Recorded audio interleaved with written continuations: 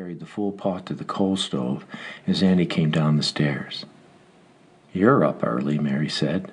She put the pot on the hot iron stove top and opened the oven door to let some heat into the kitchen.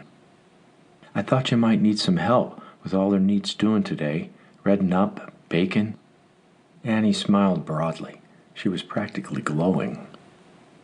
Mary brushed her hair off her forehead and felt a smile come to her own lips. Even when you're tired, enthusiasm is contagious. She held out her arms and Annie ran to her, pressed her face into her mother's apron. "It's Christmas Eve," Annie said. "It sure is." And so the chores began. Annie helped her mother make oatmeal and set the pine table with bowls and spoons. She woke up her sisters and helped the little ones dress. When she came back down with the baby, Loy was just hurrying in from the outhouse. All the O'Neill sisters bundled up and waited their turn, lined up on the split-log bench by the door like little dolls on a shelf. They went out into the frigid air in pairs, oldest with youngest, and no one dallied. By the time they had all visited the privy, Loy was already at the table eating. It was brown sugar for the oatmeal today, and he finished his bowl before his sisters were even served. Then he was up like a shot, grabbing his coat from the hook by the kitchen door. "Where you think you're going, Buster?" Mary asked. "Sled riding with Alden. There's things I need help with." Loy's face twisted in pain. "Oh, Ma, it's Christmas Eve." "Exactly," Mary said. "But Dad said I could. I promised Alden. Please?" Mary sighed and looked up at the electric clock over the sink. "I want you back here by 11, she said. Loy opened the door and ran out into the alley like his feet were on fire.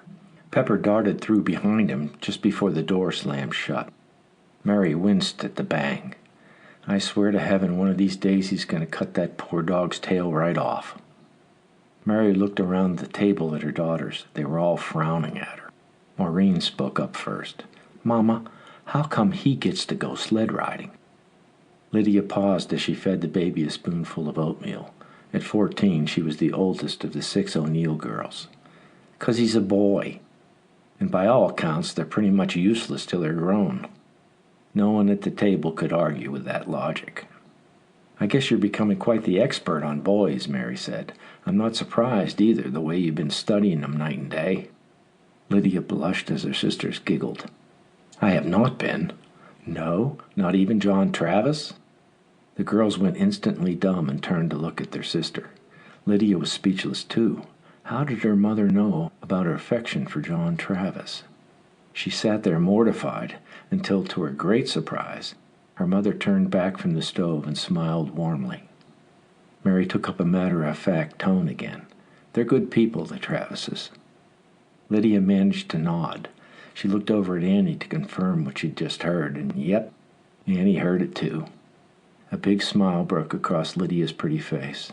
It made Annie smile, and all the more certain that this was going to be a great Christmas. Mary picked up the heavy black work boots that had been set next to the stove to dry. She could tell by the feel that they needed to be oiled again. They were still damp, so she opened the oven, put the brogues on a pan, and set them inside, leaving the oven door open halfway.